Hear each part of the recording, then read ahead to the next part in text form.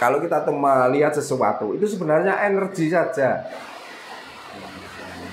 Karena di saat kita itu bisa menahan rasa takut kita, otomatis dalam sel-sel tubuh kita itu bagian yang negatif akan lepas. Maka tidak sedikit orang yang melakukan spirit tiba-tiba tuh mempunyai kekebalan tubuh.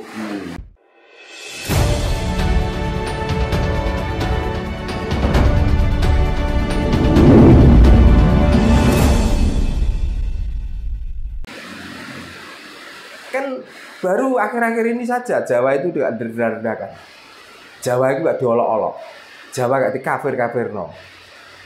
Padahal ini masih ada orang-orang yang berani mengkafirkan dan mengolok-olok. Kenapa kok gak agama yang diikuti itu yang diteliti sedemikian rupa dulu? Apakah ini kebenaran? Apakah ini hasil dari halusinasi atau hasil dari mimpi? Apakah ini cerita dongeng?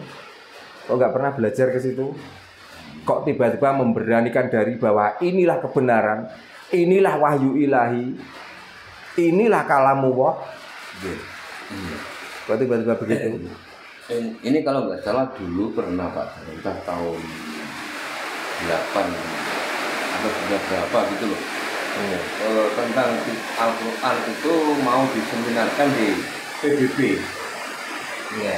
Nah, orang-orang negara-negara Arab nggak boleh luar Arab. Nah makanya, ya kenapa kok begitu?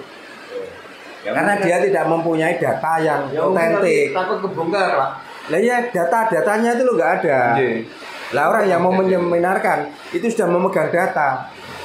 Makanya begitu ada orang yang membicarakan tentang data yang real, pasti itu banyak orang yang kebakaran jenggot. Makanya supaya nggak kebakaran jenggot, jangan ikuti agama yang senengannya ngingu jenggot. Nah, itu loh. Memang kalau perlu kayak kitab itu diseminarkan, ya orang-orang ini nggak tahu Pak. Ya penting sebenarnya. Ya, penting. Maka kita mencari sebab dan kejadiannya itu penting, maksudnya. Nah, untuk menunjukkan kebenaran dari apa yang dipelajari dan apa yang disampaikan itu mesti perlu pembuktian yang sangat konkret itu. Yang pembuktian sangat konkret itu barulah ya, kita jelas. Baru kita paham. Yeah. Oh yang ngaji seperti ini kan benar itu Pak Kakak. Dan ini mungkin yang terakhir Pak. Yeah. Dan ini mungkin sering kita jumpai ya di luar sana ya terkait orang-orang yang mengaku spiritual. Mengapa orang spiritual itu cenderung gila atau delusi?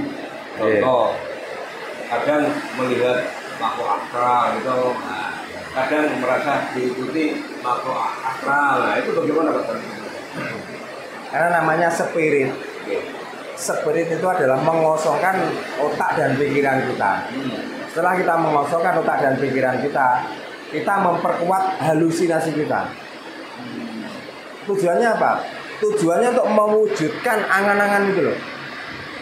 Tujuannya. Makanya spirit yang sebenarnya itu tidak harus berdiam diri dengan berlama-lama, tidak harus melek yang berkepanjangan. Bukan itu. Kita di saat melihat dan saat kita itu merem, kalau hati kita sudah nyampe dan pikiran kita sudah menemukan, itu sudah spirit kok.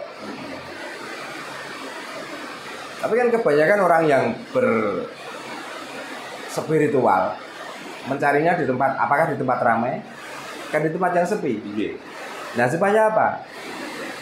Ya kita itu kalau bahasa Jawa ini neter, kalau bahasa nasionalnya menguji sampai di mana tingkat keberanian kita. Dengan jauh dari manusia, dengan menyendiri di tengah hutan atau di pegunungan, lalu nanti apa yang kita jumpai di situ? Kalau kita tuh melihat sesuatu itu sebenarnya energi saja. Karena di saat kita itu bisa menahan rasa takut kita, otomatis dalam sel-sel tubuh kita itu bagian yang negatif akan lepas. Maka tidak sedikit orang yang melakukan spirit tiba-tiba tuh mempunyai kekebalan tubuh, tiba-tiba mempunyai kekuatan yang tidak terduga. Nah itu sebenarnya energi saja, bukan kekuatan dari tapi kekuatan yang sangat luar biasa di saat kita itu sudah antara tiga hal, antara latih, lan pakarti sudah nyawiji. Nggak usah kita mencari ilmu kekebalan, kita sudah kebal. Tidak usah mencari ilmu kekayaan, kita sudah kaya kok. Tanpa guru ya? Tanpa spirit, tanpa berdiam diri di tempat-tempat yang angker. Maka kunci orang yang berspirit, lakukanlah tiga hal ini. Coba latih, ati, lan pakarti. Ucapan, pemikiran, dan perbuatan selaraskan menjadi satu. Jadi bahasanya orang Nusantara, kalau A ya A, jangan sampai A itu dibilang C. Kita akan selamat. Tidak akan ada orang yang mau mencelakai kita. Tidak, kita akan kenyang selalu, tidak akan kita kelaparan. Kita akan selalu kaya kok. Tidak harus. Jadi ora sugih tanpa bondo, ngeluruk sing tanpa bolo, sakti sing tanpa aji akhirnya. Kita sudah punya semua. Makanya apalagi orang yang pernah spirit itu diomongkan. Saya dulu spirit di sini sekian bulan, ketemu ini dengan ini. Kalau sudah sekian bulan ketemu ini dan itu, sekarang itu mau apa? Tetap yang namanya mau pergi jauh supaya cepat, tetap butuh mobil. Gitu loh. Dan butuh ATM juga loh. Nah, kalau kita tuh kepengen beli apa? Butuh uang. Apakah dengan laku spiritmu bisa memenuhi kebutuhan itu semua? Kalau zaman sekarang loh, kalau zaman dulu ya mungkin karena kita mau bepergian belum ada alat transportasi yang cepat. Maka bagaimana caranya kita tuh pergi dengan sekejap mata? Jadi kita mempelajari lah apa itu energi angin. Setelah mendapatkan dinamakanlah ilmu saipi angin. Supaya kita tuh mempunyai suara yang keras, yang orang lain takut, maka dinamakan dengan belajar ilmu atau energi dari petir dan lain sebagainya dinamai gelap, ngampar, nah, dan lain sebagainya. Tapi kan ilmu-ilmu itu disesuaikan pada zamannya. Iya. Lah zaman sekarang kok ngomongkan saya semedi di sini sekian bulan dan ketemu ini, ketemu itu. Terus mau apa?